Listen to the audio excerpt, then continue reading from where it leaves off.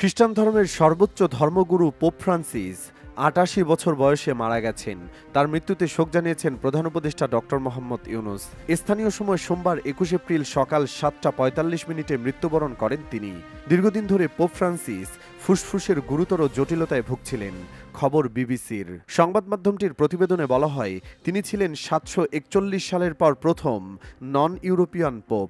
৭৪১ সালে সিরিয়ান বংশোদ্ভূত তৃতীয় গ্রেগরির মৃত্যুর পর রোমে আর কোনো নন ইউরোপীয় পোপ আসেনি। পোপ হওয়ার পর তিনি ক্যাথলিক গির্জার সংস্কার কখনো বন্ধ করেননি। তারপরও সকলের কাছে সমাদৃত ছিলেন তিনি।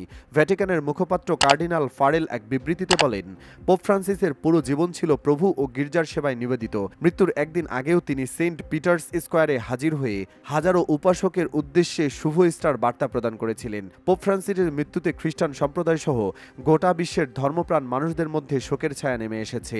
প্রসঙ্গত, পোপ ফ্রান্সিস ২০১৩ সালে রোমান ক্যাথলিক চার্চের ২৬৬তম পোপ হয়েছিলেন। তিনি পোপ ষোড়শ বেনেডিক্টের উত্তরসূরি নির্বাচিত হন।